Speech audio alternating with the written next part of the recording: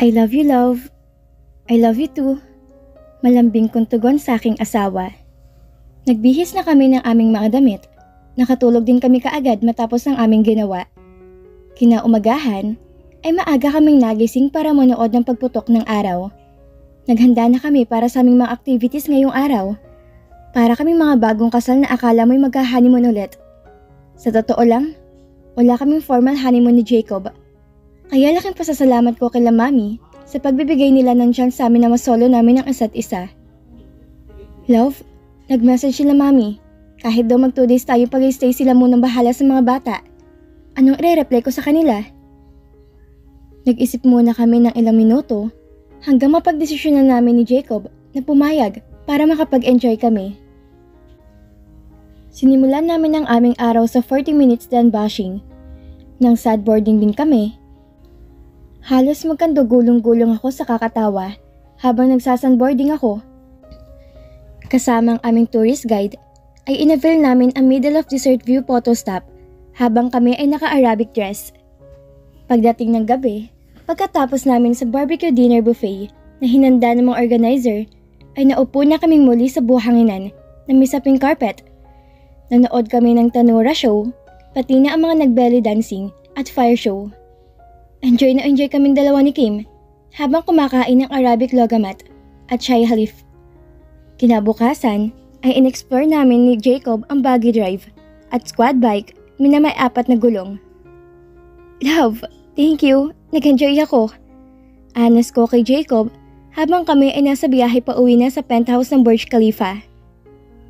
You're welcome, love. Kapit-kapit pa rin niya ang aking kamay habang kami ay nasa biyahe. Pagdating ng bahay, ay masayang sumalubong sa amin ang 3 bata. Kamusta ang inyong short vacation?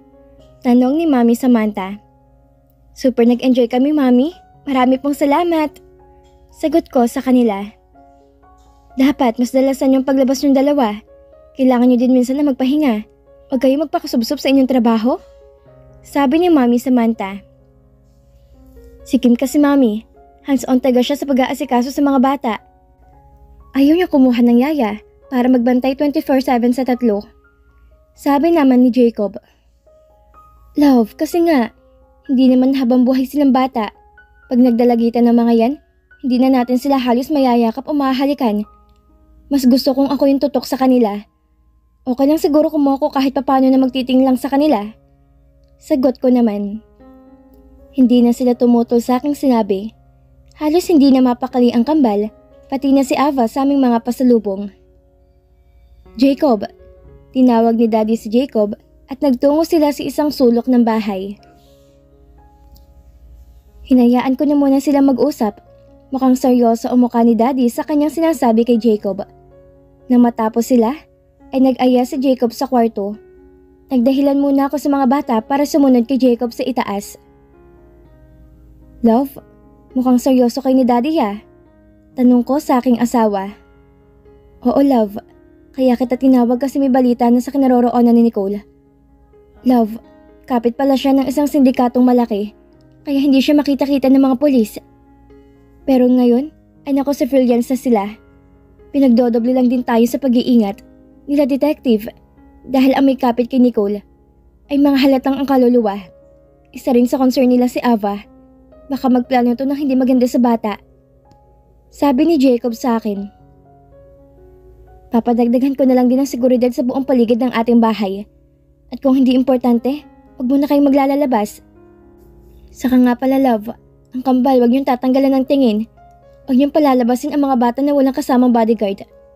Ayon sa report ng mga pulisya, ay may nakakapansin na pulis na umaaligid sa mansyon. Mabilis lang ito nakakagawa ng dahilan kapag tinatanong na sila ng pulisya.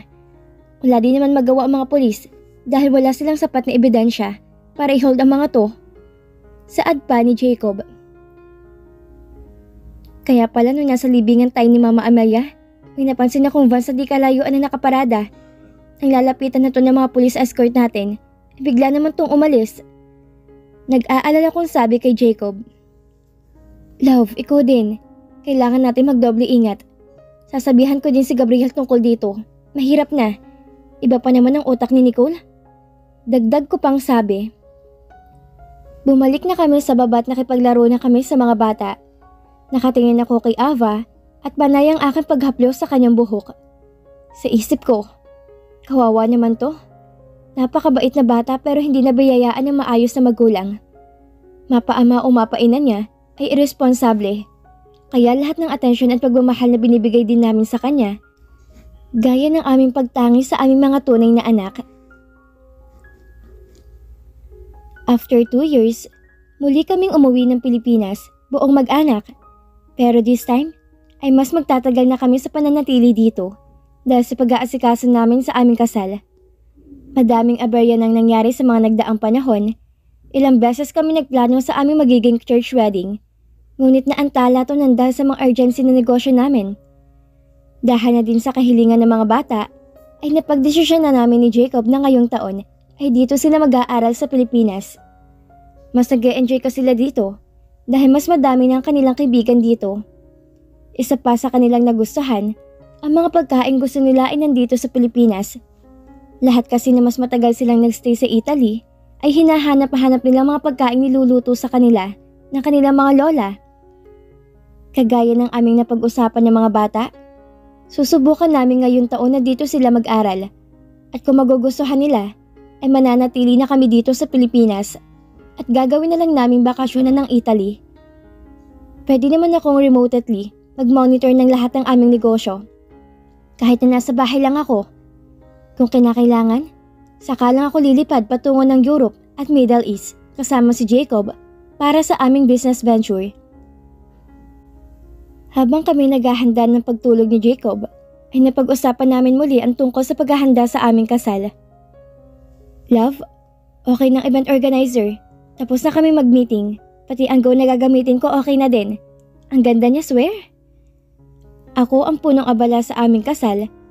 Katuwang ko ang aking biyan ng babae at ina sa pag-aasikaso ng lahat. Si Jacob ay nakasuporta lamang sa lahat ng gusto kong gawin at mangyari. Okay love, salamat. Kung kailangan mo ko, sabihan mo lang ako. Sagot niya sa akin. No, it's fine. Basta pinapakita ko sa'yo at mag-a-agree ka okay na ako nang bahala sa lahat. Ito yung reception love. Pinakita ko sa kanya ang magiging setup ng aming reception. Napili namin pangganapan ang Marriott Ballroom dahil kilala sila sa kanilang eleganteng ambience at top-notch facility. Ito ang napili din namin dahil sa maluwag at sophisticadong setting nito. Madami-dami din kasi ang magiging bisita namin.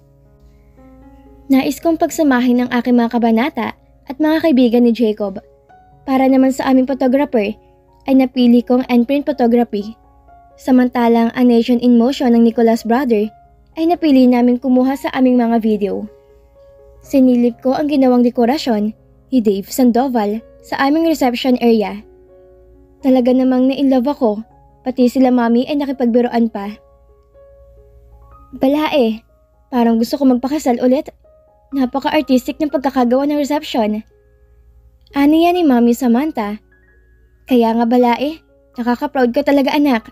Congratulations sa inyo ni Jacob ha? Sabi ni Mami Aurora. Nagpapasalamat ako sa Diyos kasi sa mahalagang araw na to'y kasama kami ng daddy mo. Yumakap siya sa akin at naluhadin ako sa sobrang kaligayahan. Naku, sige na at baka magkaiyakan pa tayo. Kailangan mo mag-beauty rest. Sabat naman ni Mami Samantha. Okay po mga mami, salamat sa inyo. Saad ko pa.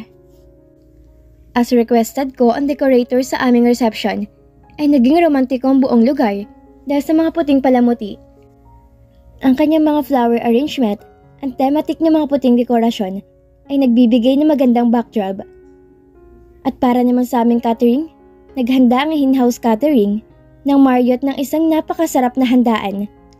Lahat ng pagkain na hinayin ay personal choice namin. Dahil sa may mga bisitang foreigner, ay naisipan naming mix ng local at international ang ihahain.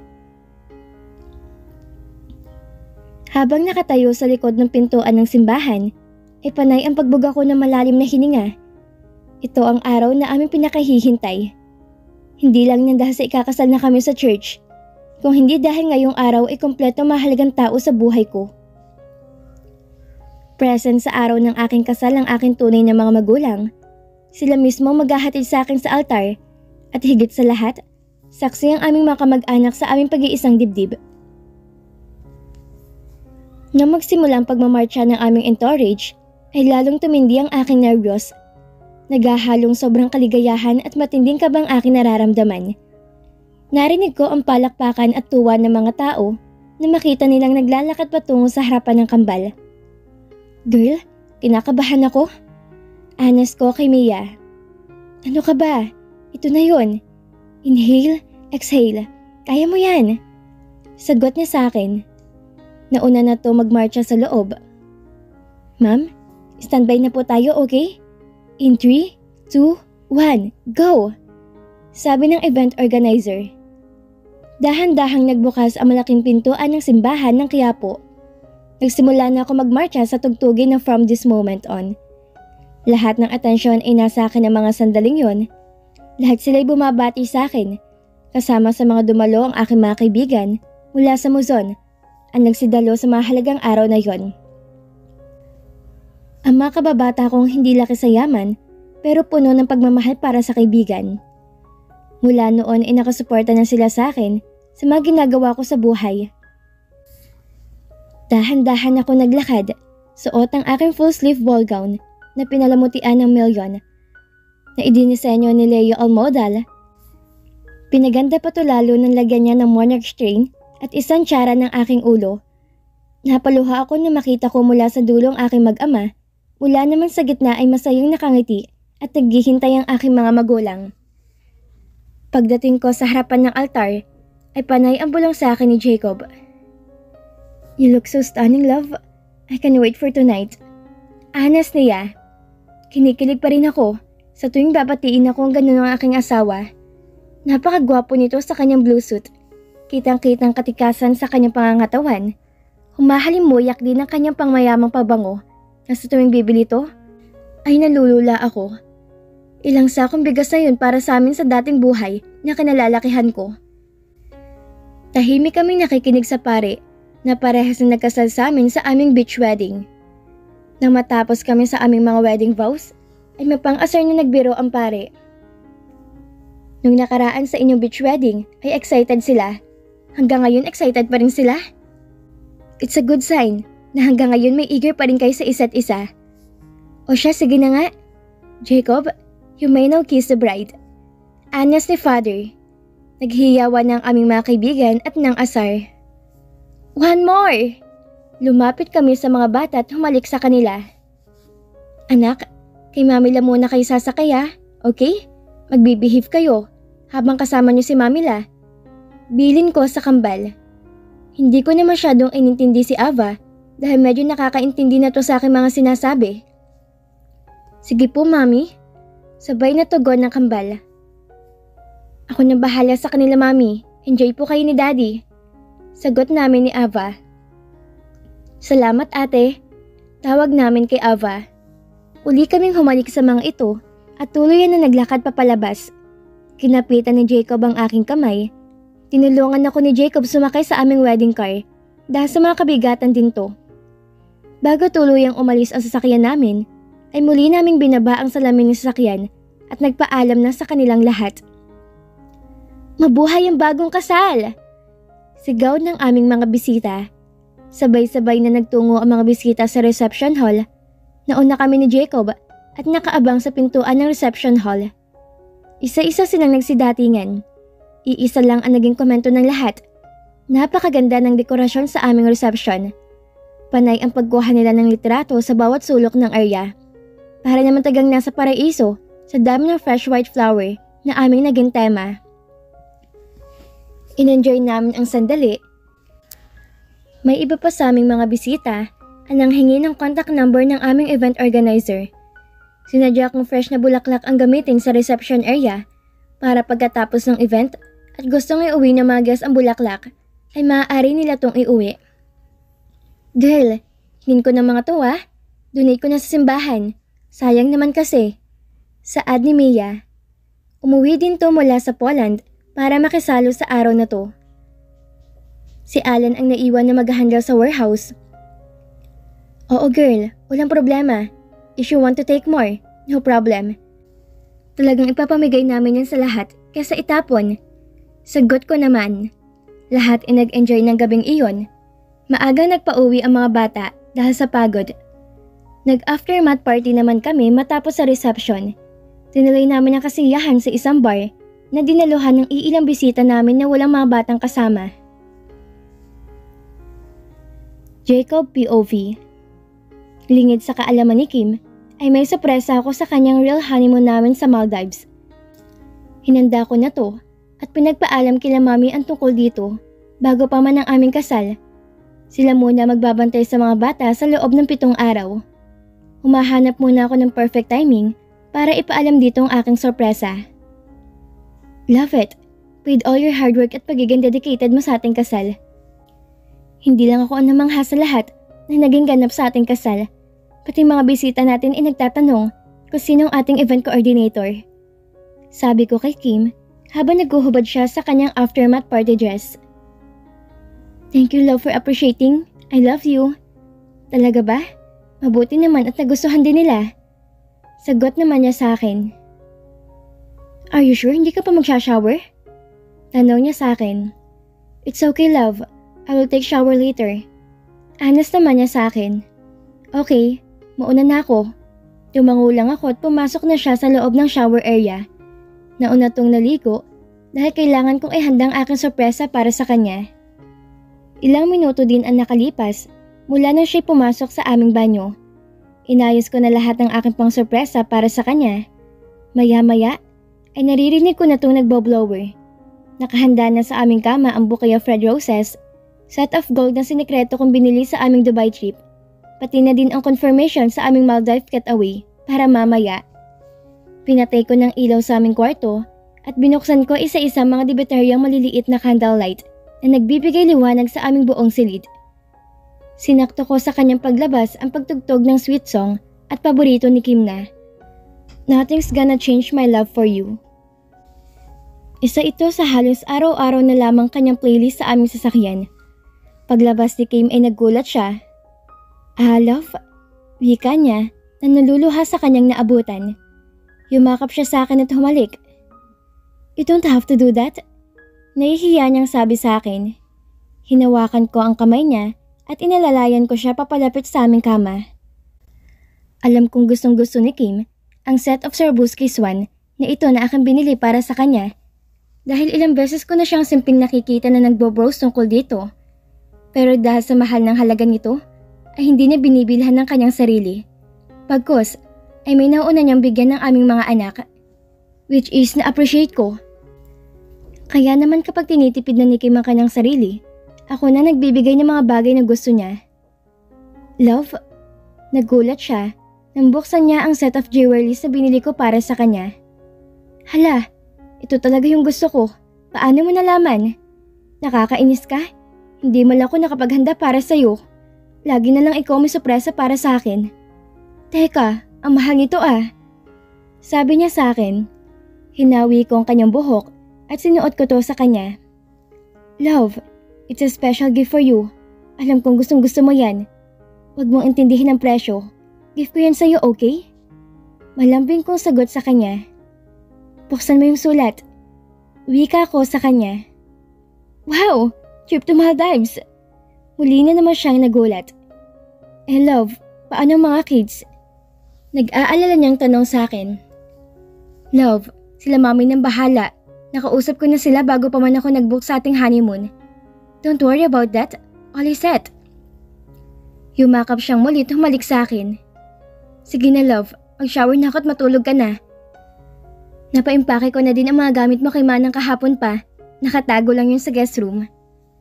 Ilang oras na lang nagiging tulog natin. Sabi ko pa sa kanya. Nagtungo na ako sa banyo nang ako'y makabalik. Nakita kong nakatulog na kaagad si Kim, dala ng sobrang pagod sa pag-aasikaso sa aming kasal. Hindi ko na siya inistorbo. Nag-check na lang ako ng mga email sa aking office area. Ayoko magising to sa aking pagtabi. Sa eroplano na ako matutulog mamaya. Namangha si Kim sa pagbungad sa amin sa Maldives. Kahit naman ako, isa to sa lugar na aking binabalik-balikan. At pinangako ko sa aking sarili na dito ko dadalhin ang babaeng pakakasalan ko. Napili kong over-the-water structure na Villa Shangri-La, Vilingili Resort and Spa. Nakatayo ang villang to sa ibabaw ng malinis at berdeng-berdeng lagon. Nakahiwalay ito sa pangunahing resort na nagbibigay ng privacy sa aming mag-asawa. Nag-aalok na magandang disenyo, pati na ang terrace na nagwe-welcome sa malinaw na dagat. Meron din kaming sariling swimming pool na nakaharap sa dagat. Maaari kang tumalon sa loob ng swimming pool o kahit sa dagat man, direkta mula sa aming villa. Love, mag-prepare ka na. May lunch appointment tayo sa Conrad ngayon. Wow! Sige love! Nagmamadaling hinanda ni Kim ang kanyang two-piece na may white lace top. Kasama kami sa aming plano na simulan ng aming mga water activities pagkatapos naming kumain sa Conrad. Ang sayang pagmasdan ni Kim na animoy nagbalik sa kanyang pagkabata. Pagdating sa kainan, isa sa mga part ng Maldives ang Conrad dahil isa tong lugar kung saan mararanasan mo ang full experience na malinis sa beach. Nagdaan ng araw at naisipan naming si Ita Undersea Restaurant sa Conrad Maldives kami kumain. Ito ang restaurant na may full glass underwater restaurant na naghahayin ng mga European menu. Malilibang ka dito habang kumakain. Sa ilang araw namin pananatili sa Maldives ay halos nilibot namin lahat ng kainan. Ngayong gabi ay napili ko magpaka-romantiko. Alam ko magugustuhan ng aking asawa. Nagpahanda ko ng isang dinner na pit dinner. Habang nagsaserve ang mga waiter, ay panay ang pasasalamat sa akin ni Kim. Jacob, thank you for all of this. Akala ko noon kapag naging mag-asawa na tayo, tapos na ang lahat. Akala ko wala na magiging sorpresa at wala nang paglalambing na magaganap. Pero mali ako. Thank you for being the best husband. I love you. Malambing na sabi niya. Kinapitan ko ang kanyang kamay at hinalikan to. Siyempre naman, Mrs. Salvador. Siguro ganun talaga yon. Kung mahal mo ang isang tao, habang tumatagal papahalagahan mo siya at bubusugin mo ng surprises kasi ayaw mo mawala ang taong yun sa'yo. Gusto ko, love, hindi mawawala yung kilig sa ating dalawa. At pinapangako ko sa aking sarili na palagi ka ng paglalaanan ng oras. Kahit anong mangyari, hindi ka mawawala yung pagpapakilig ko sa'yo. Sorry din, love. Kung minsan ay may mga bagay ako nagagawa na hindi mo nagugustuhan. Sagot ko sa kanya. No, wala kang bagay na ginawa para ikasama ng loob ko. Promise, love. I will try my best as well to be a better wife for you every day. Alam ko mahirap pero susubukan ko. Hindi man perfecto ang ating pagsasama, pero palagi kitang pakikinggan sa lahat ng mga leksyon mo sa akin. Sagot niya sa akin. Sapat na sa akin na mahalin mo lang kami ng mga bata, Kim. Hindi mo lang alam kung gaano mo ko napapasaya araw-araw sa tuwing makikita kitang kasama ng mga bata. Malambing kong tugon sa kanya. Matapos ang masaya namin pagkukwentuhan ni Kim, ay nagtungo na kami pabalik sa aming villa. Nakahiga kami sa beach chair sa labas ng terrace. Pinagkukwentuhan namin ang aming naging experience sa Maldives. Hindi ko alam na ito palang unang beses na nakarating si Kim sa Maldives. Sa susunod na balik natin dito, isasama natin ang mga bata para ma-experience din nila kagandahan ng lugar na to. Sabi ko kay Kim. Oo, love, magugustuhan to ng kambal dahil mahilig sila sa dagat. Si Ava lang siguro medyo alanganin ako dahil takot siya sa dagat. Love, malambing kong tawag kay Kim. Pagharap niya sa akin, ay siya naman pagsiil ko ng halik sa kanyang mga labi. I love you, Kim.